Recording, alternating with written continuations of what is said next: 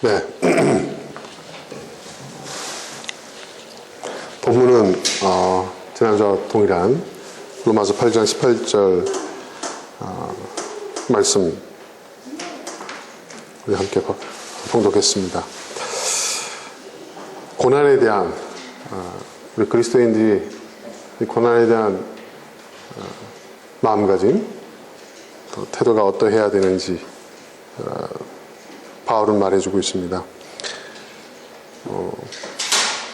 고난에 대한 이야기를 계속하는 이유는 우리의 삶이 사실은 이 고난의 연속이기 때문입니다. 지난 시간에도 말씀드렸지만 살아있다는 것 자체가 고난을 뜻하는 것이기도 하다는 말씀. 우리가 생존하기 위해서, 우리가 살아가기 위해서 우리가 해결해야 할 많은 과제들이 있죠. 그게 어떤 형태로든 또 그 크기가 어떠하든 다양한 형태와 다양한 크기로 끊임없이 우리의 삶 속에는 고난이 따릅니다. 고난을 피하려고 하는 사람은 낙오자가 될 수밖에 없고 또 고난을 피할 수도 없습니다. 우리가 피한 고난이 나중에는 한꺼번에 다 몰려올 수가 있습니다. 인간의 삶은 어쩌면 이 고난을 극복해 나가는 그 과정, 그리고 그 과정 속에서 우리는 어떤 인생의 의미와 가치를 우리는 얻을 수 있게 되는 것 같습니다. 어릴 때는 세상이 참 신기하고, 그렇죠?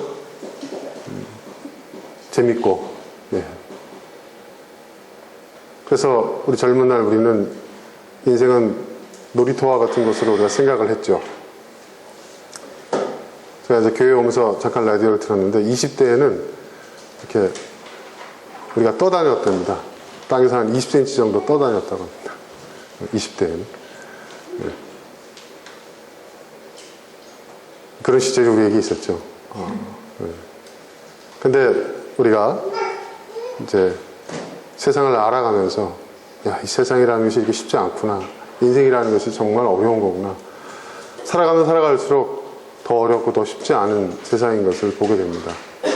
특별히 과거에 어떤 우리가 농경문화 그 시대에는 어떤 사회 변화가 굉장히 천천히 이루어졌죠. 한 세기, 두 세기, 세 세기에 걸쳐서 100년, 200년, 300년에 걸쳐서 천천히 그 사회 변화가 일어났는데 지금은 그렇지 않죠. 모든 것이 정말 급박하게 돌아가고 있습니다. 어느 사회학자가 쓴 책에서 제가 읽어보니까 한국 사회가 지난 30년 동안 겪었던 그 사회 변화의 속도가 과거 우리나라가 조선왕조 500년 시대를 통합해 놓은 것과 같은 그런 시대 변화를 겪었다고 합니다. 대단하지 않습니까? 근데 그 시대의 변화는 더 빨라질 거라는 것이죠. 더 빨라질 것이라는 거죠. 급격하게. 그러니까 모든 것은 불확실하죠. 불안하고. 그리고 우리가 예전에 경험해보지 못한 일들이 계속 우리에게 몰려올 것입니다. 그게 우리의 현실이죠. 그게 우리의 현실이라고 한다면 그 현실을 직시하면서 그 현실에 대해서 우리는 어떻게 그 현실을 대처하며 살아갈 것인가 그런 생각을 해봐야 됩니다. 근데 중요한 것은 어떤 방법론이 아니에요. 방법론. 제가 어느 세미나 동영상을 봤는데 제가 이제 회원으로 가입해서 늘 이렇게 좋은 자료를 제가 이제 보고 있는 선대인 경제연구소에서 이제 꾸준히 이제 뭔가 이제 어떤 언론이나 또는 어떤 대기업들 또 금융기관들이 조장하고 있는 그런 약간은 의도적인 약간이 아니라 많이 의도적인 그러한 어떤 경제성 기사가 아닌 한국의 경제 상황을 정확하게 진단하고 거기에 대해서 우리 서민들이 어떻게 대처해 나가야 할 것인가에 대한 일종의 어떤 뭐라 그럴까요? 등대와 같은 그런 빛을 비춰주는 그래서 방향을 우리가 좀 스스로 판단할 수 있는 그런 역할을 나름대로 선대인 경제연구소가 잘 하고 있는 것 같아요. 그 대기업들도 무시를 못 한다고 하더라고요. 거기 나온 자료들을 대기업들이 상당히 많이 참조한다고 하더라고요. 근데 거기서 이제 자담회를 하는데 그 동영상을 제가 봤습니다. 근데 거기서 이제 한국 경제의 그 위기, 거품 경제에 대한 위기, 지금 뭐 부동산이 뭐 다시 살아났다, 붐이 일었다 하는데, 이제 그거를 이제 체계적으로 이렇게 분석한 자료들, 또 그 전문가들이 나와서 얘기하는 내용들을 이렇게 보니까, 상당히 심각하더라고요. 굉장히 심각하고, 이제 뭐 어떤 분은 2017년에 부동산 거품이 완전히 붕괴될 것이다, 뭐 이렇게 주장하는 학자도 있었어요. 나름대로 근거가 있습니다. 그러니까 이제 뭐 참석했던 청중들이 불안해가지고 이제 막 질문을 던져요. 그럼 어떻게 해야 됩니까? 그럼 빨리 지금 뭐 부동산 처분하고 팔리지도 않는데 뭐 어떻게 해야 됩니까? 뭐 여러 가지 얘기들이 뭐 질문이 쏟아지는데, 그때 그분이 이제 하신 말씀이 아주 인상 깊었어요. 뭐라고 얘기했냐면 본인도 모른다는 거예요. 네, 본인도. 근데 자기가 알고 있는 것은 있대요. 그게 뭐냐? 항상 어떤 방법론이든 그 방법론이라는 것은 우리의 태도가 구체화됐을 때 방법론이 되는 거다. 그러니까 지금 우리가 준비해야 할 것은 어떤 방법론도 중요하지만 그러한 경제적인 위기에 대한, 그런 고난에 대한, 그런 시련에 대한 우리의 마음가짐이다. 우리의 태도다. 그 태도가, 우리는 항상 어떤 방법을 먼저 찾는데 방법이 태도를 결정하는 게 아니라는 거예요. 그리고 그런 방법론이 문제의 해답이 되지 않는다는 거예요. 모든 사회 현상, 인간의 삶도 마찬가지고요. 먼저 우리의 태도가 결정된 다음에 그 태도가 방법을 찾는다는 것이죠. 근데 우리 한국 사람들의 문제는 뭐냐면 어떤 태도가 정해지지, 본인의 그 태도가 결정되어지지 않은 상태에서 무작정 방법론만 찾는다는 거예요. 그게 문제라는 거죠. 근데 이 태도라는 것은 뭐냐?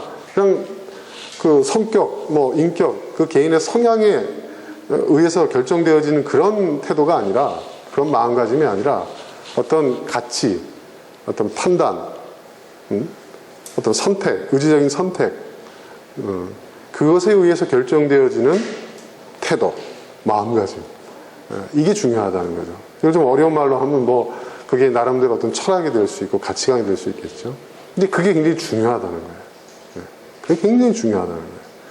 그게 한국 사회의 문제는, 그게 결정되어지지 않은 상태에서, 그게 정해지지 않은 상태에서 무조건 방법론만 찾는다는 거예요. 굉장히 저는 그 말이 의미 있게 와닿았어요. 질문한 당사자는 굉장히 실망을 하던데 저는 그게 정말 정답이라는 생각이 들었어요. 중요한 건 우리의 태도입니다. 마찬가지로 우리가 인생을 살아가면서 수많은 고난과 시련이 우리에게 오게 돼 있어요. 피한다고 피할 수가 없는 거예요.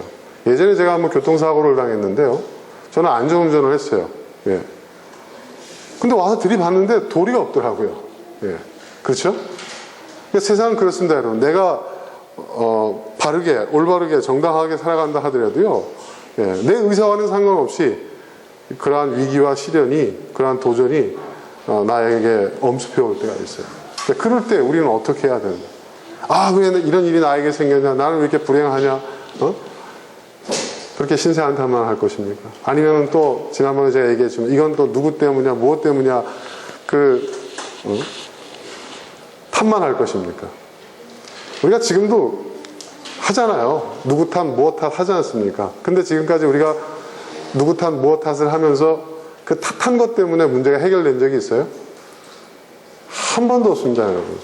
우리가 이걸 빨리 알아야 됩니다, 여러분. 예. 누구 탓을 한다고 해서, 무엇을 탓한다고 해서, 그게 누구든, 그것이 무엇이든 아무리 탓을 한다 할지라도요, 여러분, 절대 문제에게 도움이 안 됩니다. 달라지지도 않습니다. 예.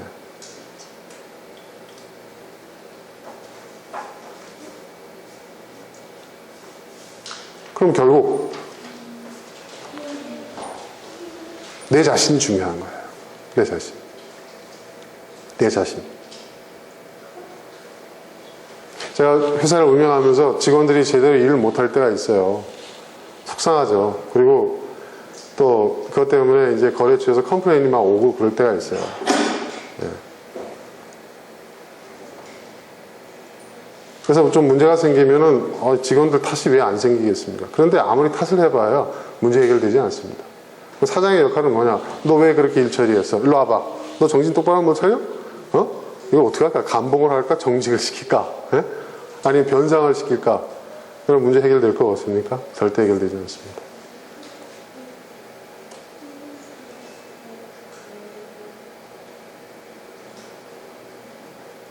자기가 잘못하면 자기도 알아요. 그걸 인정하든 인정하지 않든. 근데 사장이 직원 탓하잖아요? 그럼 직원은 또 다른 사람 탓합니다. 계속 뭐예요 이게? 서로 돌리기를 하고 있는 거예요. 수건 돌리기를 하고 있는 거예요. 문제는 해결되지 않죠. 그러면 사장은 어떻게 해야 되느냐? 당장 그 문제 자체에 집중해야 돼요. 그 문제를 어떻게 해결할 것인가? 이거 누구 때문이야? 그렇다고 그 사람 내보낸다고 해결될 것 같습니까? 절대 그렇지 않아요. 제가 볼 때는 누가 와도 문제는 발생하더라고요. 그러니까 우리가 더 이상 탓하는데 인생 낭비하지 맙시다. 실제로 그 사람이 잘못했다 하더라도요, 그걸 가지고 따지는 건 차원 문제고요. 정말 중요한 거는요, 진짜 문제의 핵심은 뭐냐? 가장 중요한 건 본질은 뭐냐? 해결하는 거예요. 그 문제를, 그 과제를 해결하는 거예요. 그 어려움을 이겨내는 거예요. 거기에 도움되지 않은 것들은 여러분 다 가지치기를 해야 돼요, 사실은요.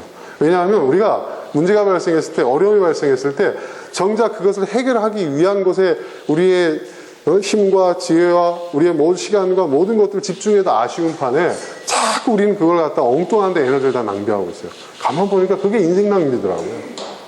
예. 절대 도움이 안 됩니다. 그래서 제가 잘 아는 사장이 그런 얘기를 하요. 경험이 많으신 분인데 그분이 저한테 얘기하는 게 그거예요. 사업하다가 돈을 잃어도 잃어버린 돈을 아쉬워하지 마라. 잊어버리라는 거예요. 사기를 당해서 뭐 할 때. 그거 붙들고 해봐야 속만 아프다는 거예요. 더 열심히 해서 새롭게 시작해서 다시 벌면 되지 않나. 이런 단순한 태도를 가져야 된다는 거예요. 최선을 다하되 결과에 연연하지 않고 결과가 어떤 결과가 나오든지 간에 그 결과에 대해서 받아들이고 그리고 현실적으로 대처해 나가는 것. 그게 맞는 것 같습니다. 근데 역사도 그런 것 같아요. 역사도. 우리가 살아온. 지난 시간에 얘기했지만 개인의 삶이 모여서 역사가 된다고 했죠. 지난 시간에 제가 그 문명의 발상지에 대한 얘기를 했는데 어떤 분이 참 재밌었다 뭐 이런 말씀을 하시더라고요. 그래서 오늘 그 마야 문명 얘기를 좀 한번 해볼까 생각이 듭니다. 여러분 고대 마야 문명 아시죠? 기원전부터 이 중앙아메리카를 중심으로 북미나 남미가 아닌 중앙아메리카, 멕시코, 과테말라, 파라과이 이 지역이죠. 특히 이제 멕시코 지역에 이제 마야 문명이 꽃을 피웠는데 아주 화려한 문명을 그들이 이루어냈죠. 제가 이제 멕시코에 가봤기 때문에 그 고대 유적지를 좀 제가 많이 다녀봤습니다. 발랑케 유적지라든지 그 보면 이제 뭐죠 그 영화 그 뭐죠 그 지구 최후의 날인가요 그 영화 있었잖아요. 굉장히 거기도 나오는 건데 그 잉카 그러니까 마야 달력 있지 않습니까? 그래가지고 2000 몇 년이죠? 2000 몇 년도까지만 이제 달력이 있고 그 다음엔 없어요. 그러니까 그게 이제 예언이다. 그래가지고 그게 맞냐 안 맞냐 그래가지고 그 영화가 이제 그 개봉했었을 때 정말 세계 각국의 많은 그 관광객들이 그 유적지를 찾아가가지고 그 달력을 보고 뭐 이제 그랬죠. 저도 가서 봤어요. 뭐라고 써있는지 하나도 모르겠더라고요. 아무튼. 근데 나중에 알고 보니까 뭐 그 달력을 어떻게 해석하냐에 따라서 다르다 이거예요. 이제 현대인들은 우린 십진법을 쓰잖아요. 근데 고대인들은 십진법을 쓰지 않았다는 거예요. 그래서 마야 문명 사람들은 뭐 어떤 학자는 뭐 육진법을 썼다, 뭐 어떤 사람은 12진법을 썼다 하는데 그 숫자 기준에 따라서 벌써 우리 인류는 망했거나 아니면 더 남아있거나 뭐 왔다 갔다 하는 거예요. 근데 아무튼 대단한 문명이었습니다. 제가 마야 문명을 보고 그 규모에 엄청나게 이제 그 태양 신전 같은 경우에 이렇게 보면요, 진짜 작은 산 하나가 인간의 힘으로 쌓아놓은 거예요. 예, 정말. 그리고 이제 올라가는데, 여러분 올라가는데 그 돌을 쌓아놨기 때문에 그 내부에는 아무것도 없을 거라고 여러분 생각하시잖아요. 그렇지 않아요. 그 내부에 통로가 있는데요, 그것도 정말 기가 막힙니다. 그들이 그 수학적 능력, 천문학적 지식, 예, 예. 그 팔랑키 유적지를 갔었을 때는 보면요, 그 엄청난 이 사원들을 돌로 쌓았잖아요. 그 사원들의 그 배치가 이 천체의 움직임과 정확하게 맞아떨어지고요. 그리고 얼마나 그 웅장하냐면 그 꼭대기에, 그러니까 뭐 사람의 그 높은 지대인데 거기서 또 이제 웬만한 작은 산을 하나 세워놨잖아요. 그 높은 지역에 있지 않습니까? 축구장이 있어요. 축구장.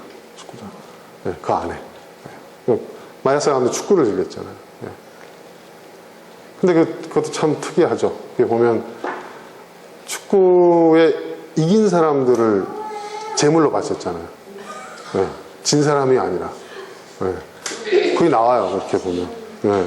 근데 거기 그 출전한 사람들은요, 서로 이기려고 했대요. 왜냐하면 그렇게 되면 신적인 존재가 된다 이거죠. 네. 네. 승리. 우리 현대인으로서 이해하기 정말 힘든, 뭐 엄청난 그 웅장하고 화려한 문명을 이뤄냈어요. 그리고 그들이 이렇게 이제 그 공예품들 있지 않습니까? 그걸 보면 정말 정교해요. 예. 그리고 그 건축물을 이렇게 쌓아놨는데 이렇게 물을 흘리지 않습니까? 그 사원 꼭대기에서 그 물이 스며들지 않고요. 그 돌틈에도 스며들지 않고 물이 그냥 흘러내려요. 그 정도로. 예. 어떻게 그 돌을 그렇게 정교하게 커팅을 했을까? 예. 대단한 거죠. 예. 예. 그리고 이제 보면은 그들이 이제 농사를 지을 때 뭐 가뭄이 들고 뭐 그럴 때는요, 그 사원 안에다 물을 채워놓는데요, 물을. 예. 그리고 그 사원 위에다가 인공 그 밭을 만들어가지고 거기서 재배하고. 뭐 엄청나죠? 뭐 그런 걸 보면. 야, 도대체 이 고대인들이 어떻게 이런 일들을 이뤄냈을까? 그런 대단한 문명을 이뤄냈던 이 마야 문명이요, AD 900년경에 갑자기 사라졌습니다. 갑자기. 네. 중앙아시아 전역에 있던 이 마야 문명 자체가 갑자기 사라졌어요. 그 이유를 놓고 학설들이 분분하더라고요. 뭐 제가 이제 멕시코 현지에 가서 저도 그런 걸 좋아하니까 박물관이나 뭐 이런 책들 참조해 보니까 뭐 여러 학설들이 분분해요. 아주 그 극심한 가뭄이 여러 해 들어서 멸망했다. 또는 지구 온난화에 뭐 여파다. 또는 뭐 전염병이 돌았다. 뭐 또는 뭐 전쟁이 일어났다. 뭐 여러 가지 얘기가 있는데, 근데 어느 거 하나 뭐 이렇게 정설로 받아들여지는 게 없어요. 그냥 설이에요. 추측이에요. 근데 분명한 것은 뭐냐? 분명한 것은 이들에게는, 이 마야 문명에는 분명한 것은 뭐냐? 외부의 적은 없었다는 거예요. 외부의 적. 오랫동안 태평성대를 누렸어요. 예. 1000년 가까이 그들 뭐 오랫동안 태평성대를 누리다가 무엇인지는 알 수 없지만 그 오랜 세월 태평성대를 누리다가 갑작스런 시련이 어느 시기에 닥친 거예요. 그게 AD 한 900년경 전후가 아니겠는가. 그러다 보니까 그 시련을 이기지 못하고 이 마야 문명이 사라져버린 거예요. 진짜. 완전히 사라져버렸어요.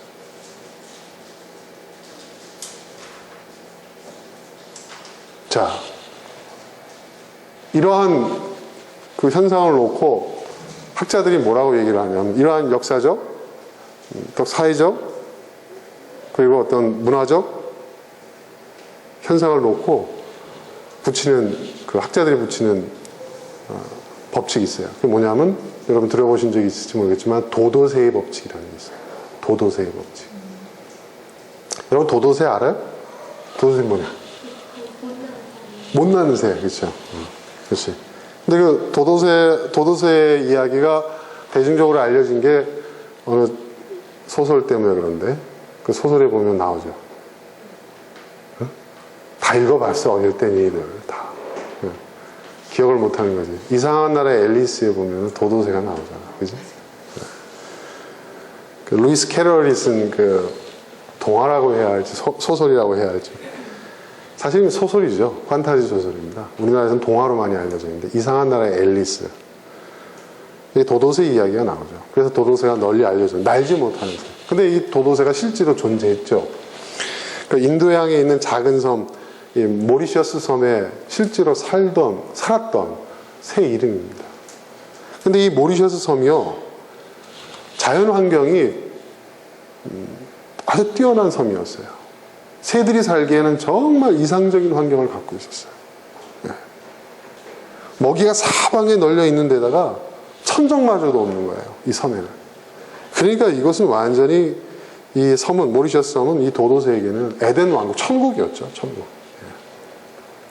먹을 것이 풍부하고 천적이 없으니까 날아다닐 이유가 없는 거예요. 원래 날 수 있는 새였는데 날지를 않은 거예요.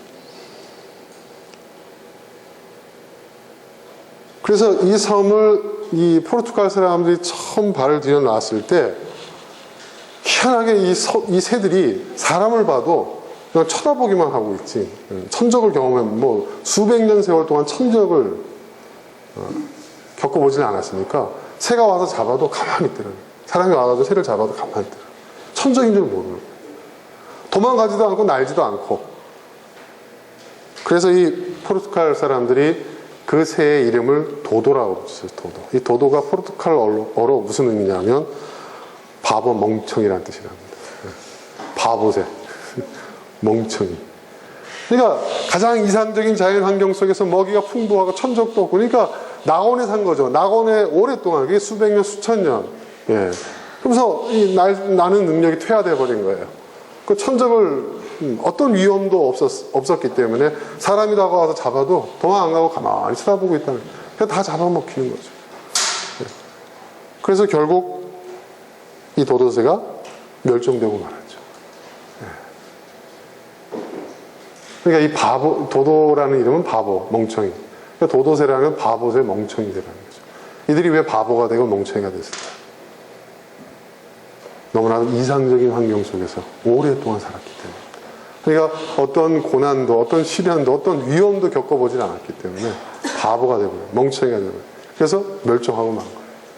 그래서 거기서 따온 것이 바로 이 도도새의 법칙이라는 겁니다. 그런데 바로 이 도도새의 법칙이 아까도 말한 그 마야 문명의 역사, 그 마야 문명뿐이겠습니까? 역사 속에서 그러한 일들이 얼마나 많았습니까?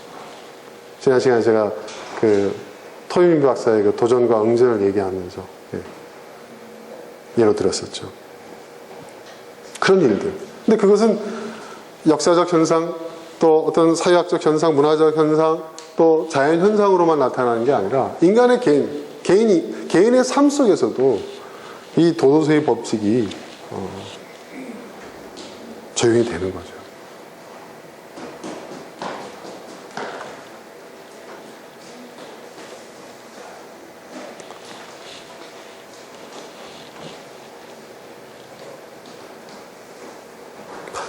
이런 얘기하기 좀 그렇지만 우리 시설에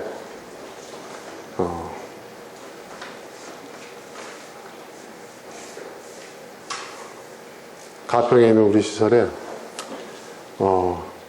참 안타까운 사연을 갖고 있는 분이 한동안 직원으로 계셨어요. 이분은 이 가평, 양평 일대에 엄청난 대부호의 자식이었어요. 부모가 원하는 걸 다 해줬어요. 이 사람은 그 어려운 시절에도 일본 유학까지 갔다 온 그런 사람이었어요.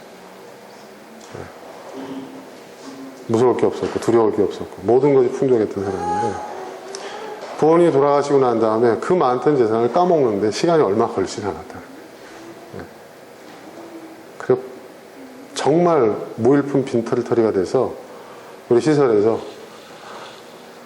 말하자면은 그 옛날 초등학교 소사와 같은 그런 역할을 하셨던 거예요.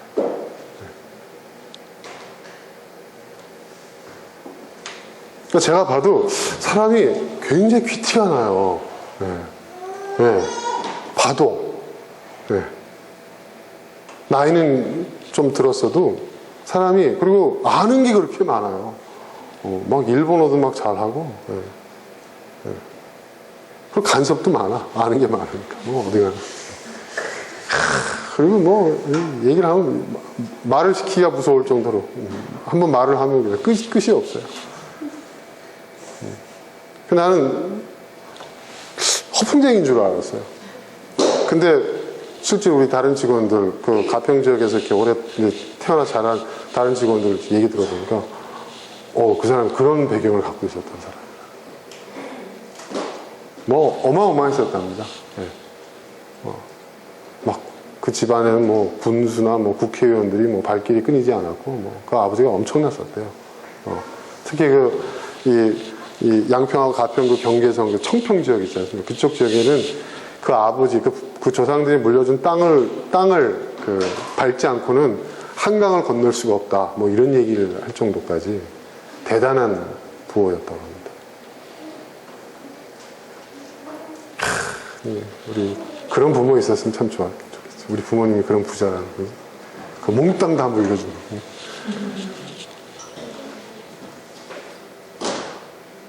근데 그랬던 사람이 우리 시설에서 그런 일들을 했던 거예요.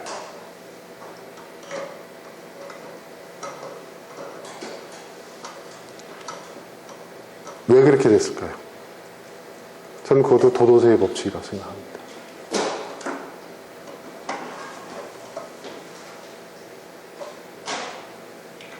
저는 우리 자식들이 도도새가 될까 봐 걱정스럽습니다.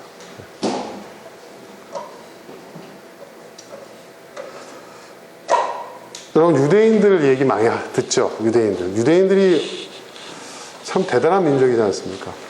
얼마나 대단한 민족이냐면 전체 인구의 0.3%밖에 안 돼요. 0.3%. 전 세계 인류의 0.3%밖에 안 되는데 거기서 노벨상 수상자의 30%가 유대인이에요. 대단하지 않습니까? 그렇죠?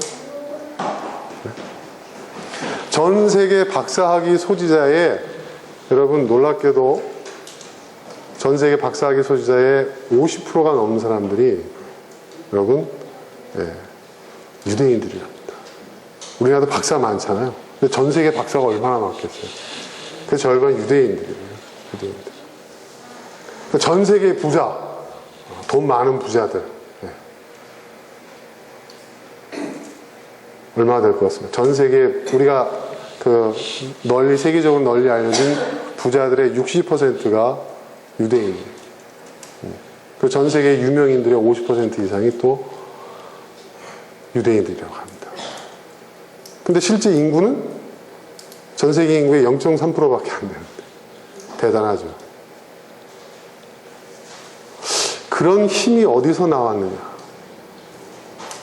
사회학자들이, 역사학자들이 이구동성으로 말하는 것이 뭐냐면 바로 2000년 동안 그들은 나라 없는 민족으로서 수많은 시련을 겪어온 그 시련을 극복해오는 그 과정 속에서, 그런데 제가 볼 때는 그거는 2000년 정도가 아니에요. 그 이전부터예요. 사실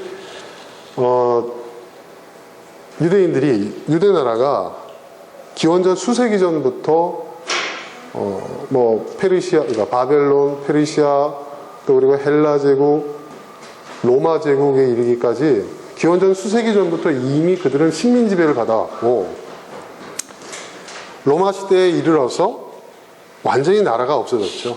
그리고 전 세계에 흩어졌습니다. 어느 것도 그들을 반기는 곳이 없었어요. 기독교가 지배하던 중세시대에는요, 예수를 죽인 민족이라고 해가지고 정말 멸시와 천대를 받았고요. 네네.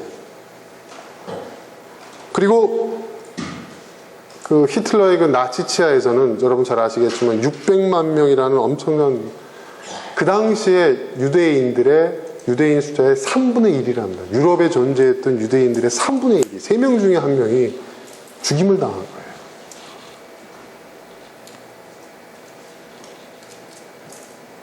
그런 시련을 겪고 살아남은 민족이라는 거죠. 유대인 참 대단해요. 지독해요. 어떻게 보면 정말 얄밉기조차 해요. 그들이 하는 걸 보면.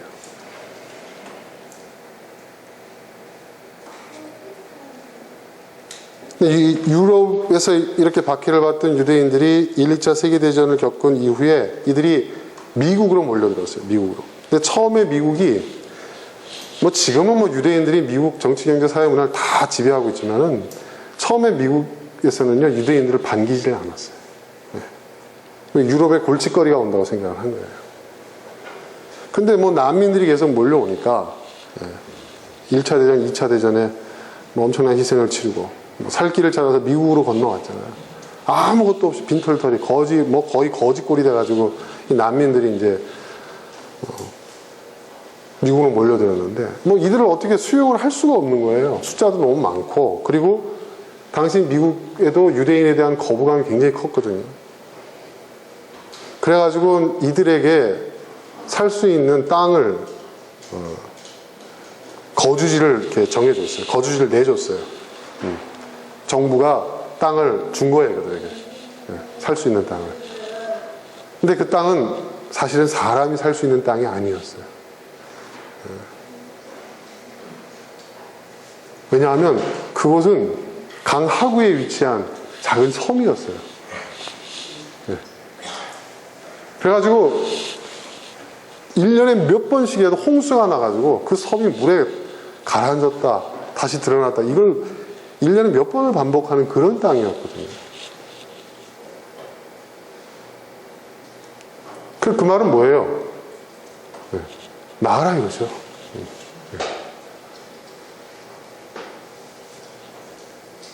그 땅을 유대인들이 나중에 모금을 해가지고요. 미국 정부로부터 그 당시에 15만 불. 그 당시에 15만 불이 얼마나 큰 땅인 줄 아십니까? 네? 여러분? 2차 대전 시기에 15만 불이면 뭐 감이 안 돼요. 네. 엄청나게 큰 돈입니다. 지금도 큰 돈이지만 뭐 여의도 뭐 한 두세 배만한 그 땅을 15만 불에 팔았대요. 그럼 헐값이죠. 물이 불어나 우리나라 저기 밤섬 가보셨어요, 여러분? 밤섬? 그 홍수 치면 다 가라앉아 버리잖아요. 그런 땅을 준 거예요, 그런 땅. 1년에 몇 번씩 강이 범람하는 최악의 조건을 갖고 있는 그런 땅을 줬는데, 그런데 유대인들이 놀랍게도 거기에 정착을 성공하는 거예요. 1년에 몇 번씩 홍수가 나서 다 쓸어가는데도요, 나중에 이 사람들이 어떻게 하냐면 그걸 옹벽을 쌓아가지고요, 섬의 높이를 높여버린 거예요, 그냥. 옹벽을 쌓고 흙을 다져가지고요. 그 위에 참 대단하죠. 여러분, 그리고 거기서 그들이 이제 사업을 시작해요. 놀랍게도 그들이 시작한 사업은 뭐냐면 금융업입니다. 금융업. 대부업. 그곳이 어떤 곳이냐? 바로 뉴욕의 허드슨 강에 있는 섬. 그리고 그들이 그 터가 지금의 월스트리트. 월가예요, 월가. 미국 정부로부터 15만 불에 사는데 지금 그 땅 한 평 값이 얼마인지 아세요, 여러분? 네? 그곳에? 그리고 미국이 자본주의 국가죠? 금융자본주의 국가죠? 근데 미국의 금융중심지는 어디입니까? 월가죠? 그 월가는 100% 유대인들의 소유입니다. 세계적인 금융회사 여러분 다 이름 아시죠? 뭐 CT부터 시작해서 뭐 여러 그 은행도 있잖아요. 예? 우리 IMF 겪으면서 우리가 많이 듣던 그 죄다, 예. 죄다 다 유대 자본이잖아요. 죄다. 그러니까 미국을 지배하는 것은 유대인들입니다. 선거 때마다 유대인들의 눈치를 보잖아요. 2000년, 아니 그 이전부터 제가 생각할 땐 최소한 3000년 동안 나라 없는 민족이나 다름없었어요. 그리고 역사 속에서 온갖 멸시천대의 핍박을 다 받은 민족이었어요. 혹독한 고난과 시련의 시기를 그들은 자자손손 겪어왔어요. 한때 그들이 고대 왕국으로 그 팔레스타인 지역에 독립국가를 형성했었을 때에도 그들은 강대국 사이에서 항상 이리 치이고 저리 치이는 약소국가에 불과했어요. 그런 그들이 지금 미국뿐만 아니라 세계 모든 분야를 주름잡고 있는 사람들이 됐어요. 시련이 많았죠. 고난이 많았죠.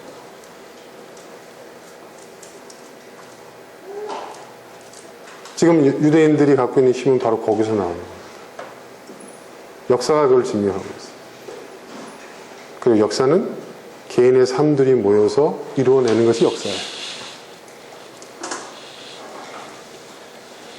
우리는 우리 자신에 대해서 생각해 봐야 됩니다. 그리고 우리의 자녀들에 대해서도 한번 진지하게 고민해 봐야 돼요.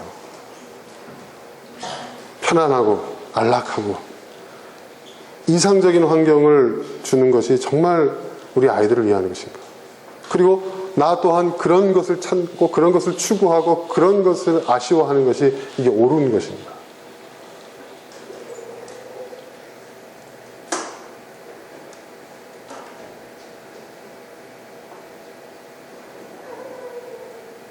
하나님께서는 왜 우리에게 고난을 허락하실까? 왜 시련을 허락하실까? 인간의 위대함은 바로 이 고난을 극복하는 과정 속에서 나타나기 때문 아닌가.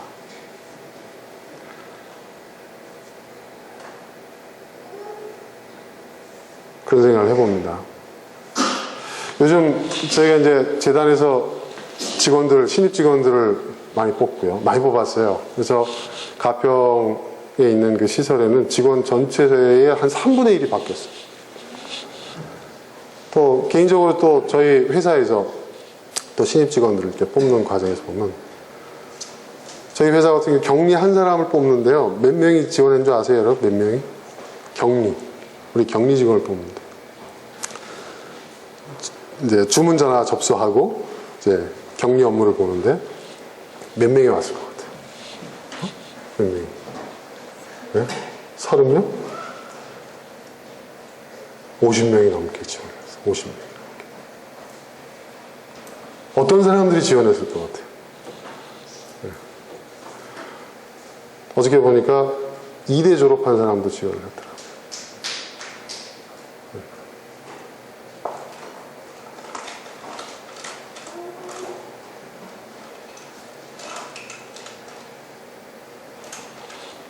뭐 놀랍지도 않더라고요. 왜냐하면 제가 저기 가평에서 그 가평 그 총구석에 그 시골에서 사람을 뽑는데요.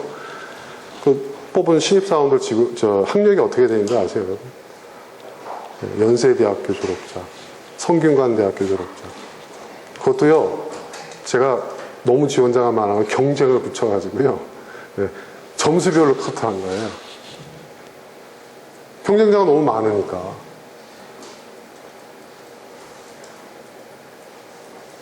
니들 큰일 났다. 장난이 아니야. 응? 현실이에요, 현실. 근데 날이 갈수록 더 어려워질 것 같아요, 제가 보니까. 그래서 제가 면접할 때요, 보면,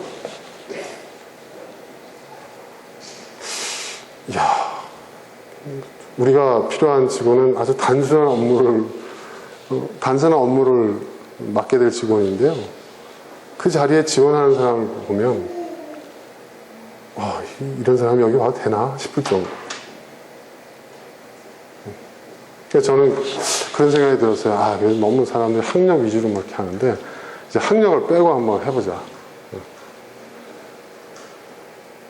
그래가지고 저희 회사에 이제 고졸 뽑았어요. 제가 일부러 한번 뽑아봤어요.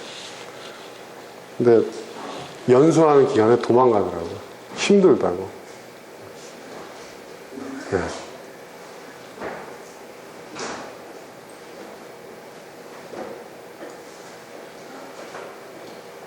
근데 이상한 건요. 그 가평에 그 생활동 교사들 있지 않습니까? 중증 장애인들 먹고 자고 같이 하는 거예요. 네. 네. 얼마나 힘든 일인지 아세요? 기저귀 갈고, 먹이고, 입히고, 씻기고. 정말 대단한, 근데 그 일을 연고대 출신들이 해요. 그런데요, 군말 하나는 해내요. 그래서 제가 그때 느꼈어요. 왜 공부 열심히 하는 사람들 뽑는지 알겠다. 공부 좋아서 하는 사람이 있겠어요? 없죠. 힘들고 얼마나 예? 몇이나 되겠어요? 공부 열심히 하는 사람이. 좋아서 열심히 하는 사람이. 다 싫죠. 싫은데도 그걸 참고 그 인내심이 있는 거예요. 인내심이. 근데 해요. 예. 연세대학교 경영학과 출신이 그걸 해요. 예. 그걸 하면서도 그냥 무조건 하는 게 아니라 또 머리가 비상하니까요. 개선을 시켜요. 이거는 여러 가지 어떤 이렇게 중증장애인들 이렇게 생활 프로그램들이 있거든요. 그걸 개선시켜요. 합리적으로. 생각지도 못한 아이디어를. 그러니까, 야, 너 큰일 났어. 니들 큰일 났어, 진짜. 니들. 어떻게 하려고 그래. 세상은 그래. 목사님은 작정하고 학력을 위주로 뽑지 않으려고 해서 그렇게 해도 실제로 뽑았는데, 그걸 생각하지 않고 그 업무 수행 능력을 평가를 해보면 차이가 나요. 그래서 왜 사람들이 학력 위주로 뽑게 될 수밖에 없는지 이 오너들이, 대기업들이 알겠더라고요. 예.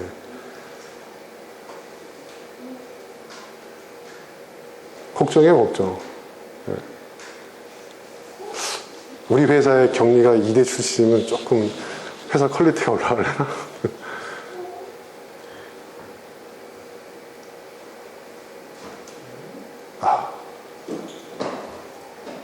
남자 직원도 한 사람 이렇게 지원을 했는데요. 올해 나이가 42살인데 신입으로 지원해요. 신입으로. 근데 이 사람은요, 그 세무법인 쪽에서 오랫동안요, 뭐 쟁쟁한 경력을 갖고 있어요. 제가 불합격 처리했어요. 감당이 안 돼. 그렇게 고급 인력이 필요하지 않아. 제가 월급을 얼마 올려놓은 줄 알아? 연봉 1,600에서 1,800이야. 격리 직원도 그 정도 줘. 응? 그래서 나는 고등학교 졸업한 격리 직원을 뽑아가지고 그 정도, 뭐 한 달에 월급 160에서 180, 그 정도 수준에서 4대 보험 해가지고, 그래도 굉장히 잘 줘주는 거예요. 굉장히 잘 줘. 그러니까 이제 딱 그렇게 겨냥을 해서 어느 직원을 뽑아야 되겠다 하고 딱 겨냥을 했는데, 뭐 대학원 졸업한 사람들까지 막 지원하는 거예요. 세상이 그래요, 세상이. 정규직으로 뽑겠다니까. 정규직. 4대 보험 다 해주고 정규직으로 뽑겠다. 일주일에 5일 근무하고. 그 조건은 이런 데가 없다는 거야, 이런 데가. 이런 데가. 어떻게 할래? 응? 세연아, 어떡하지? 응? 근데 그것도 그 시련이지. 예견되는 시련, 예견되는 고난이지. 아, 이런 고난이 오겠구나. 이런 시련들이 오겠구나.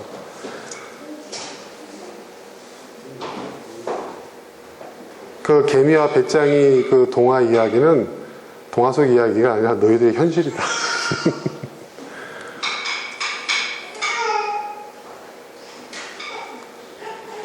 전 그걸 보면서요, 야, 세상이 이렇게 살기 힘든 세상이 되어가고 있구나라는 걸 느끼게 됩니다. 예. 심각합니다. 예. 세상이 살기 점점 힘들어진다는 것은 그만큼 어려움이 많고 고난이 많고 시련이 많다는 거잖아요. 그런 고난과 시련을 이겨낼 수 있는, 그것을 넘어설 수 있는 그러한 능력이 뭐 공부 잘하고 못하고를 떠나서 우리 아이들에게 있는지, 또 나 자신에게 있는지 갈수록 힘들어질 거거든요. 네. 우리나라에 그 저명한 경제학자가 나와가지고요, 경제 15년 주기설이라는 것을 얘기를 했어요. 아주 유명한 사람이 서울대학 교수인데 뭐라고 얘기했냐면, 경제 사이클도 봄, 여름, 가을, 겨울처럼 우리나라에서 15년 내지 20년 주기로 그런 주기가 온다는 거예요. 근데 지금 우리가 초겨울이 시작됐다는 거예요, 우리나라가. 네. 초겨울이. 그리고 경제가 경제만 맞물려 있으니까 모든 것이 다 경제와 맞물려 있잖아요, 지금. 그죠? 정치, 경제, 사회 다 맞물려 있잖아요. 이런 그 상황 속에서 우리는 지금 어떻게 살아가고 있는가.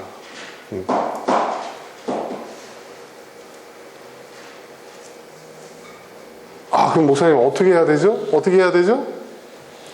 제가 아까 얘기했죠. 네. 제가 미리 얘기했죠. 중요한 건 방법론이 아니라 태도라는 거예요. 태도. 우리가 어떤 태도를 가질 것인가. 우리가 어떤 태도를 갖느냐에 따라서 고난도 그 결과가 달라질 수가 있어요. 사도 바울이 로마서 8장 18절에서 얘기한 얘기가 바로 그거예요. 중요한 건 여러분 고난이 아니에요. 고난을 피할 수 있으면 얼마나 좋겠어요. 근데 처음엔 피할 수 있을지 모르겠지만요, 그 다음에는 그 파도의 높이가 2배가 돼서 나한테 올 거예요. 고난이 온다면 도망가려고 하지 말고 그 파도를 넘어서려고 해야 돼요. 고난에 대한 우리의 마음가짐, 우리의 태도. 힘들고 어려운 걸 피해 다니는 사람은요, 평생 도망자로 살 수밖에 없어요. 갈 수 있는 곳이 없어요.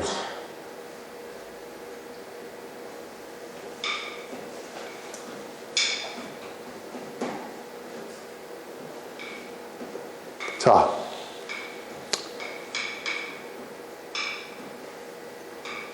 이 고난에 대한 우리의 마음가짐과 우리의 태도와 우리의 생각을 달리한다면 고난이 고생으로 끝나는 게 아니라 고난이 우리에게 고난을 넘었을 때 고난이 우리에게 영광을 가져다 줄 수도 있다는 거죠. 사도 바울이 말하고 있는 게 그거예요. 근데 실제로 여러분 세상에 가치 있고 의미 있는 모든 일들을 생각해 보세요. 어려움 없이 고난 없이 이루어지는 것은 하나도 없습니다. 단 하나도 없어요. 그렇지 않아요, 여러분? 뭐 그것은 뭐 돈을 많이 벌고 사회적으로 유명해지고 인기를 얻고 이런 것뿐만 아니라 우리가 얘기하고 있는 정신적인 가치, 인간적인 어떤 그런 의미, 이런 것들도 마찬가지예요. 사랑이라는 것도 그렇습니다. 사랑의 감정에 푹 빠져 있을 때는 여러분 어떻습니까? 그냥 그 사랑의 힘으로 뭐든 다 할 수 있을 것 같다고 우리는 생각하지만 사실 그 사랑을 지키기 위해서, 또 그 사랑을 유지하기 위해서, 또 그 사랑을 키워나가기 위해서 우리는 또 얼마나 많은 고난과 시련을 극복해내야 될까요?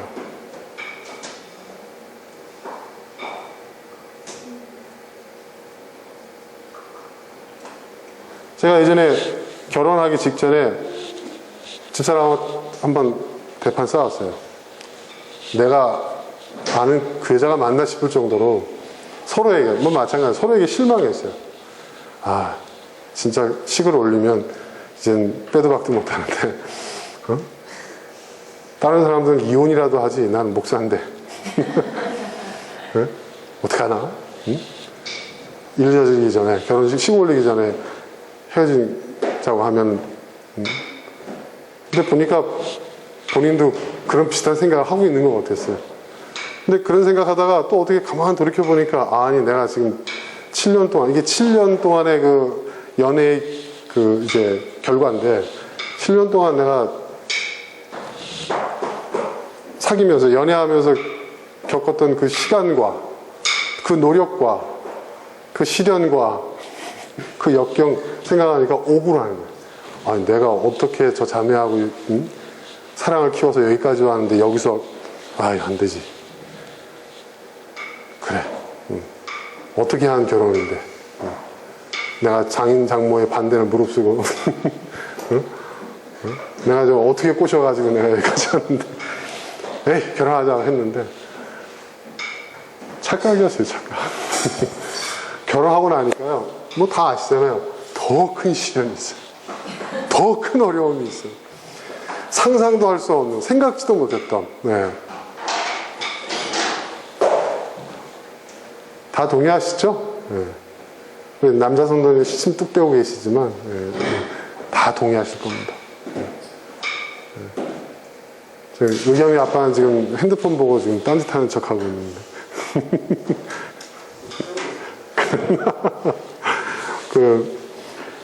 뭐 여자분들은 더 하죠, 사실 남자보다. 그죠?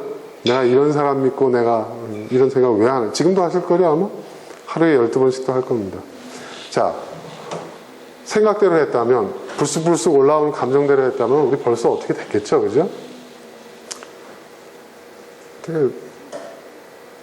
근데 이제 보니까요, 그렇더라고요. 그게 상대방 탓이 아니에요. 누구랑 살아도 그런 문제는 겪게 돼 있는 거예요. 이 사람이기 때문에 겪는 게 아니에요, 여러분. 우리 그런 생각 하잖아요. 그거 빨리, 그거 지금 속는 거예요. 아니에요. 제가 언제가 얘기한 적이 있나? 제가 그 아는 분이, 예? 이혼을 3번이나 하신 분? 예? 예? 여자분이에요. 이혼 3번이나 했어요. 예. 오래전에 제가 일반 목회를 할 때 상담을 했던 분인데 공식적으로 3번 이혼했대요. 공식적으로 붙은 거 보니까 더 많은가 봐요. 근데 그분의 그 기도 제목이 뭔지 아세요? 좋은 남편. 좋은 남편. 난 3번쯤 했으면 포기할 것 같은데 그래도 그럼 그 말은 바꿔 얘기하면 뭐예요? 자기 결혼 생활의 실패가 자기의 삶에 불행한 것이 다 상대방 탓이라는 거 아니에요, 그죠? 내가 좋은 사람을 만나지 못했기 때문에. 그때 제가 깨달았어요. 아, 이건 상대방의 문제가 아니구나. 어느 교회라고 얘기할 수 없지만요, 큰 교회에서 교인이 몇천 명 모이는 교회에서요, 어느 특별한 부서를 만들었대요. 예, 예. 그게 뭐냐면 돌싱들을 위한. 돌싱이 무슨 뜻인지 알아요? 돌싱이 뭐지? 그렇지. 어떻게 이렇게 잘 알아? 돌싱들, 돌아온 싱글. 예, 한번 갔다 오신 분들 워낙 많으니까. 근데 그런 분들이 일반 대회에 참석하기가 참 그렇잖아요. 항상 교회에서는 뭐 가정에 대해서 뭐 그렇잖아요. 자녀 교육에 대해서 뭐 이런 거 하니까 이분들은 그게 괴로운 거예요. 그래서 근데 그 숫자가 너무 많다 보니까 큰 교회에서는 너도 나도 사실 비밀리에 돌싱들을 위한 예배가 따로 있어요. 예. 예. 제가 잘 아는 그 교회에서도 큰 교회인데 거기도 작년에 한 3만 명쯤 모이는 교회예요. 엄청난 교회죠. 그래가지고 돌싱들을 위한 예배를 시험적으로, 그것도 교회 본당에서 하면은 구설수에 들까봐 그 지방에 있는 안성에 그 수양관이 크게 있거든요. 그러니까 서울에서 얼마 안 되잖아요. 차로 한 1시간 정도. 거기서 매주 돌싱들을 위한 예배를 드린 거예요. 몇 명이 모인 줄 아세요, 여러분? 네. 그 교회 교인들뿐만 아니라 소문 듣고들 다 모인 거예요. 네. 2,000명이 넘게 모였대요. 근데 그 수양관이 수용할 수 있는 그걸 넘어선 거죠. 네. 그래서 몇 부에 걸쳐서 예배를 드렸대요. 얼마나 위로를 받고, 얼마나 사람들이, 그쵸? 그것도 얼마나 설레겠어요. 그 담당하는 그 목사가 무슨 얘기인지 아세요? 여기? 네? 여기는 그 대학 캠퍼스 같아요. 네? 다들 서로가 서로의 신세를 다 알고 있고, 그리고 또 이렇게 다들 또 인생을 새 출발하는 그런 희망사항이 있잖아요. 그래가지고 그 부서 활동이 너무 잘 된다는 거예요. 성가대도 지원자가 매우 터지고, 뭐, 어디 봉사활동하면은 뭐, 그 교회들이 올컨이 해가지고 이제 큰 교회들이 그걸 막 키운 거예요. 네. 교회인들 막 몰려오니까. 네. 근데 그렇게 그 얘기를 제가 한 10년 전에 들었거든요. 근데 지금 어떻게 되는지 아세요? 다 없앴어요. 다 소리 소문 없이 없어졌어요. 왜 없어졌을까요? 교회에서 엄청난 문제가 일어난 거예요. 엄청난 문제가. 네. 온갖 스캔들에부터 시작해가지고 또 거기서 또 마음 맞아가지고 눈 맞아가지고 결혼하는 사람들 있잖아요. 네? 자기네들이 예배드리다 눈 맞아가지고 결혼을 했고선 또 문제가 생기면 교회 탓을 하는 거야. 내가 교회에서 만나가지고 어느 목사 어느 집사 소개를 해가지고 하도 문제가 되니까 교회가 아예 그 예배를, 그 모임, 그 부서를 폐쇄시켜버린 거예요. 왜 교회를 탓해요? 네. 그죠? 지네가 좋아서 만나놓고서 이제는 교회를 탓하는 거야.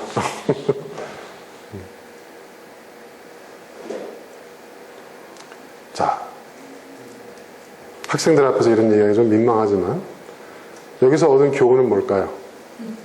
누구를 만나봐야 똑같다는 얘기입니다. 인생 별거 없다는 얘기입니다. 이게 진실입니다, 여러분. 네. 그러니까 여러분, 혼자 살 생각 아니면은 헤어질 생각 하지 마십시오. 난 혼자 살겠다. 네. 누굴 만나도 똑같습니다. 왜? 상대적인 거잖아요. 절반은 내 몫이거든요, 항상. 그렇죠? 내가 달라지지 않는 한 똑같습니다. 이 말은 뭐예요? 지금도 얼마든지 바뀔 수 있다는 거예요. 지금 달라지면 되잖아요. 꼭 새로운 사람 만나야만 달라질 것 같아요? 아닙니다.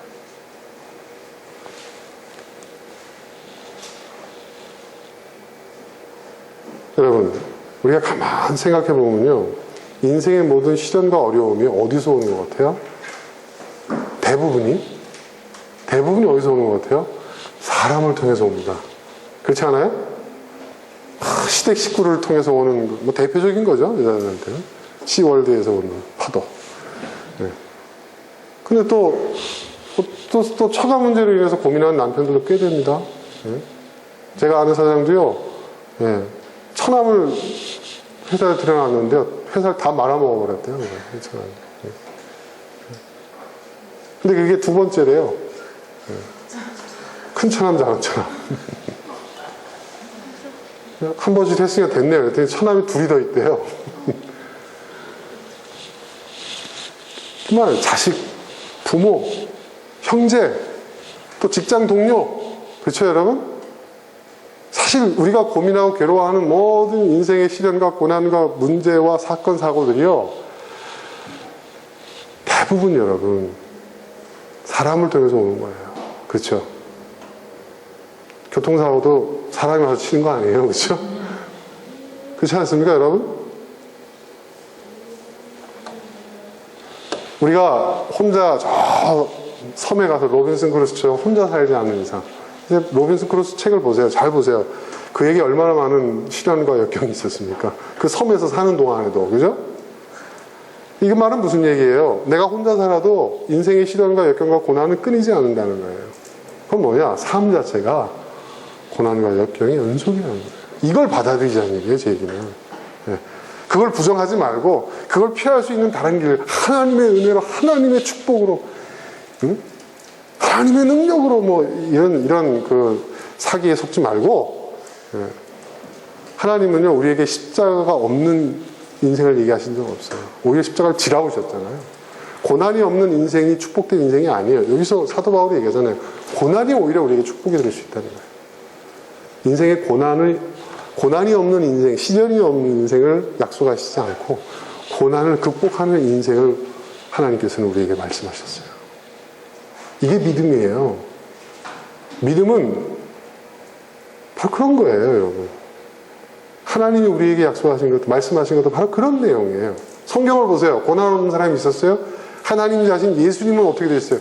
고난의 끝을 보여주셨잖아요, 우리한테. 네. 저 가끔씩 힘들고 어려울 때 있잖아요. 제가 이렇게 고개를 탁 들고 십자가를 생각하면, 아휴, 이건 아무것도 아니지. 네. 네. 그런 생각이 들었어요. 좀 불경스럽지만 어저께도 제가 그 북악 스카이웨이를 자전거를 타고 이제 올라갔어요. 자전거 좀 탄다 하는 사람은 이제 북악 스카이웨이를 자전거를 끌고 올라가야 되거든요. 한 번은 꼭 거쳐야 되는 거예요. 네. 그래서 집사람이랑 같이 갔어요. 와, 힘들더라고요. 막 그냥 페달 밟고 그 걸어서 올라가기도 힘든 데를 막, 네? 차도 막 기아 1단, 2단 놓고 해야 올라갈 수 있잖아요. 막 올라가는데요. 힘이 들더라고요. 땀도 범벅이 되고. 근데 불경스럽지만 그 순간에 제가 어떤 생각을 했냐면, 골고다 언덕의 그 각도가 30도 이상의 각도라고 했는데, 그리고 그 길이가 4점 몇 킬로라고 했는데 그 무거운 십자가를 지고 예수님, 그러니까 그 법정에서, 빌라도의 법정에서 골고다 언덕 꼭대기까지 올라가 4.8km 정도가 되는데요. 그 거리가 당시에 그 무거운 십자가를 지고 80km 정도 되는 십자가를 지고 올라가셨다고 하는데 얼마나 힘드셨을까? 막 그 생각을 하니까요. 아, 힘들고 숨차고 그러는 게 아무것도 아니더라고요. 간단한 거지만 제가 거기에도 그럴 힘들 때도 그런 생각을 해보면 도움이 되더라고요. 그러니까 예수님은 우리에게 보여주신 거예요. 고난의 끝을 보여주신 거예요. 예수님이 이 땅에 오셔가지고 33년 짧은 생일을 사셨지만 그분의 그 인생이 어떻습니까? 시련과 고난과 역경의 연속이었잖아요. 근데 일반인들과 차이점이 있어요. 예수님은요, 그 고난과 시련을 다 이겨내셨다는 거죠. 어떻게 33세의 청년의 나이에 죽음을 맞이하면서 다 이루었다라고 얘기할 수 있을까요? 어떻게 그렇게 다 이루었다고 얘기할 수 있을까요? 어떻게 예수님은 33세라는 그 젊은 나이에 다 이루었노라라고 말씀하시고 단정적으로 선언하시고 가실 수가 있었을까요? 그리고 33세 동안 그 이뤄놓으신 그 일로 인해서 인류의 역사가 바뀌었잖아요. 그렇죠, 여러분? 인류의 역사는 예수님 이전과 예수님 이후로 나누고 있잖아요. 예수님이 끼친 그 영향력을 한번 생각해 보세요. 종교를 떠나서. 그 비결은 제가 볼 때 짧은 33세가 살았지만 그분은 고난을 피하지 않으셨어요. 그분의 인생에 다가오는 모든 고난을 이겨내신 거예요. 그래서 그분은 인류 역사의 가장 위대한 분과 한 분이 되실 수 있었던 거예요. 그분은 온전히 인간으로 사셨잖아요. 스스로가 그렇게 인자라고, 난 인간이라고 얘기하셨잖아요. 그분은 하나님이시지만, 하나님의 본성을 갖고 계시지만 이 땅에서의 삶은 온전한 인간으로 사셨다는 거예요.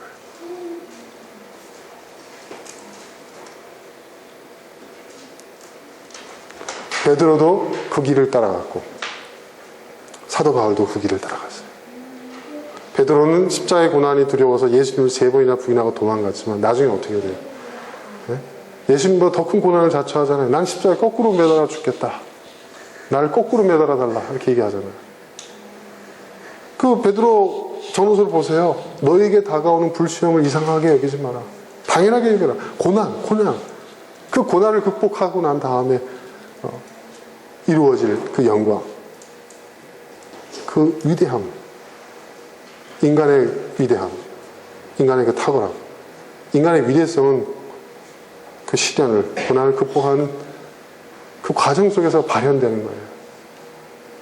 참 이상하잖아요, 여러분. 가장 이기적인 사람도요, 그런 시련 앞에서는요, 박애주의자가 됩니다. 그렇지 않아요? 그게 인간이 갖고 있는 참 이해할 수 없는.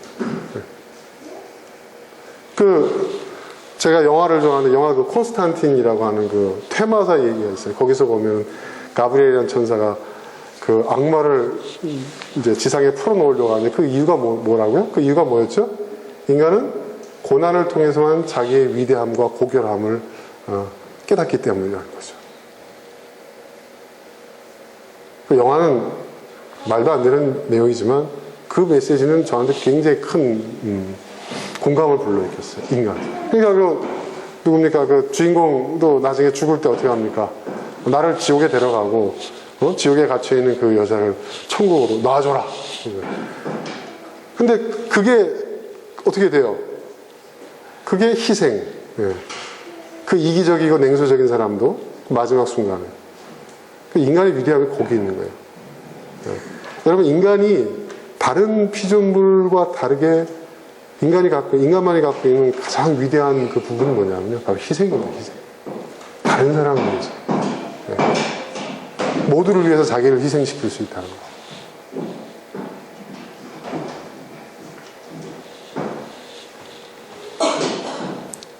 자, 여러분, 이제 지금까지 우리는 되도록이면 고난과 시련을 당하지 않는 인생을 사는 게 행복한 거고 무난한 거고, 그렇죠? 네? 그게 안정적인 삶이다. 그게 가장 좋은 거다. 우린 그렇게 생각해 왔어요. 그리고 우리 자식들한테 그렇게 가르쳐 왔어요. 또 부모로서 그렇게 해주는 걸 당연시 해왔어요. 그런데 지금 오늘 제가 여러분과 나눈 말씀에 의하면 아니에요. 이제 그거 아니에요. 이제 빨리 깨달아야 돼요. 저는 이제 아닌 걸 알았어요. 네. 네. 그래서 제가 지금 우리 아들을 지금 내쫓을까 생각 중이에요, 지금. 21살이나 된 놈이 지금, 스스로 독립해라, 군대 갈 때까지. 한번 살아봐라. 아니, 왜냐하면 진짜 사랑해서. 정말. 이번에 그 면접하면서요, 직원 뽑으면서 전 더 큰 위기감을 느꼈어요. 야, 혹시 저놈이 아빠가 하고 있는 사업을 갖다가 내가 어떻게 엉겨 붙어가지고, 저기 와서 직원이라도 하다못해 공장에서라도 일할 수 있겠지 하는 이런 보험을 자기가 들고 있다고 착각하고 있는 게 아닐까? 내가 그 보험을 깨줘야 되지 않을까? 이런 생각도 제가 하고 그랬어요. 아니, 진짜입니다. 이게 굉장히 진지한 고민이에요, 저는 지금. 네. 우리 딸은 그런 거 꿈도 안 꿔요, 걔는. 성격적으로도 안 맞지만은 걔는 저를 알아요. 네. 딸은 저를 알아요. 그러니까 되게 열심히 해요. 왜? 자기를 지원해줄 때 열심히 해야지. 이제 아빠가 이제 몇 년 뒤면 지원 딱 끊는다는 거 알고 있거든요. 그러니까 딸은 다가올 미래를 대비하고 있어요. 그날을 대비하고 있는 거예요, 그날. 네. 네. 다가올 미래를 대비하고, 이거 어디서 들었던 얘기죠? 아, 옛날 그 이단들이 했던 얘기죠. 참. 최후의 심판. 아무튼 그 최후의 심판날이 올 걸 알고, 네? 대환란 날을 대비하고 있어요, 아무튼. 그러니까 되게 열심히 해요. 그러니까 저는 그런 태도가 마음에 드는 거예요. 그러니까 딴 거보다도 그런 생각을 한다는 거, 그런 태도를 갖는다는 거, 굉장히 바람직하잖아요. 그죠? 나는 지금 우리 수림이가 얼마 전에 아빠가 한 얘기인데, 그게 듣고 내가 굉장히 흐뭇했어. 수림이도 이제 너도 뭘 해도 넌 제대로 하겠구나 라는 생각이 들었어. 아빠가 너를 억지로 대학 보내지 않겠다. 안 가려면 내가 뭐 굳이 안 가도 되는데 억지로 이렇게 대학 이렇게 할 의사가 없다 이렇게 얘기했는데, 너는 대학 등록금 안 대줄 거라고 아빠가 얘기한 거라고 생각을 해서 네가 지금 실업계획 지원한 거 서울 명문 아닙니까? 서울여사님은 지원했다고는 듣고, 그 수림이 아빠는 내가 말을 잘 이해를 못 시킨 것 같다 그런 뜻이 아니었는데, 이런 말씀 좀 저한테 하셨어요. 근데 저는 그거보다도 수림이가 그런 생각을 했다는 게 대단하다. 너 어릴 때부터 부모님이 외국 보내길 잘했구나. 그런 데서 또 너에게 큰 도움이 됐구나. 그거야. 그거. 그러니까 너는 뭐 네 나름대로 네 살 길을 찾아야 되겠다 한 거 아니야, 그지? 그리고 네가 선택을 한 거 아니야, 그지? 그게 굉장히 중요한 거야. 너 대단한 일 한 거야. 그거는 대학 가면 뭐 하냐? 또 갈 수도 있어, 네가 열심히 하면. 근데 그걸 떠나서 네 나이 때 목사님 그런 생각 못했다. 솔직히 말해서 목사님 그런 생각 못했어. 근데 넌 했잖아. 너 목사님은 난 거야. 훨씬 훌륭한 사람들 거야. 공개적으로 칭찬해줘야 된다, 이런 건 진짜. 보세요. 얼마나 대견합니까? 이 16살, 17살 이 소녀가 그런 생각을 한다는 게, 자기 인생에 대한 진지한 고민을 갖고. 그렇죠, 여러분? 우리 나이 때 그런 고민 해봤어요? 우리 그런 고민 안 했잖아요. 혹시 여러분 하셨는지 모르겠지만 저는 안 했어요. 예? 그래서 제가 지금 이렇게 살고 있는지도 몰라요. 대단한 겁니다, 여러분. 이건 진짜. 정말 부모님 칭찬받아 나타납니다. 정말. 예? 요즘 뭐 박진영이가 그 발표한 노래가 네 어머님이 누구니? 라는 그 노래가 뭐 히트를 치고 있다는데, 진짜 네 부모님이 정말 대단하십니다. 정말 대단해요. 그런 생각을 해야 돼요. 그게 태도예요, 여러분. 그런 생각을 갖고 있고, 그런 고민을 하고 있고, 그런 마음가짐을 갖고 있고, 그런 태도를 갖고 있다고 한다면, 인생의 어떤 시련과 어떤 위기와 어떤 도전이 와도요, 스스로 그걸 극복해낼 수가 있어요. 이런 걸 가르쳐야 되는 거고, 이런 걸 가르쳐야 돼요. 그때 목사님 있잖아. 굉장히 부끄러웠어. 목사님 아들하고 비교하면 그런 건 아니고, 그건 기대도 안 해, 나는. 근데, 왜냐하면, 목사님이, 나는 어떤가. 수림이에 비해서는 아직 멀었구나. 그런 생각을 했어요. 이런 것이 중요해요, 여러분. 굉장히 중요한 겁니다. 이런 걸 가졌다는 거예요. 그러니까 우리가 앞으로 인생을 살아갈 때요, 우리가 가져야 될 마음가짐이라는 것이, 우리가 갖춰야 될 태도라는 게 이런 거예요, 여러분. 예. 어차피 우리가 살아있는 한 인생의 고난과 시련은 피할 수 없습니다. 다가오게 돼 있어요. 그 다가온다고 한다면 그 다가오는 시련과 그 역경 앞에 나는 뭘 준비해야 되고, 어떤 걸 고민해야 되고, 나는 어떤 걸 선택해야 되는가. 그 선택이 잘된 선택인지 안 된 선택인지는 몰라요. 그렇지 않습니까, 여러분? 막상 겪어봐야 알 거 아닙니까? 하지만 그 앞에서 그런 고민을 했다는 거, 그런 선택을 했다는 거, 그런 결단을 했다는 거, 그런 태도와 마음가짐을 가졌다는 거, 이게 더 중요하다는 거예요. 이런 사람은요, 계속해서 그 고난을 이겨나갈 수 있어요. 여러분, 그 쇠빙선 아세요? 쇠빙선? 그 꽝꽝 얼은 그 남극바다, 북극바다를 막 빙산을 막 쪼개면서 나가는 그 배 있잖아요. 쇠빙선. 네.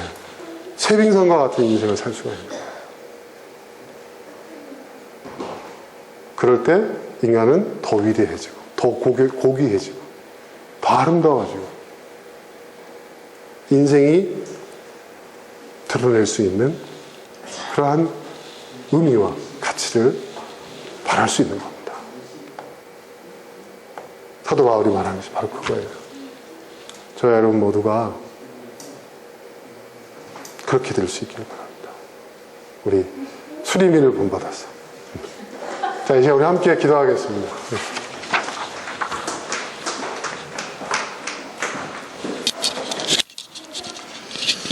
아버지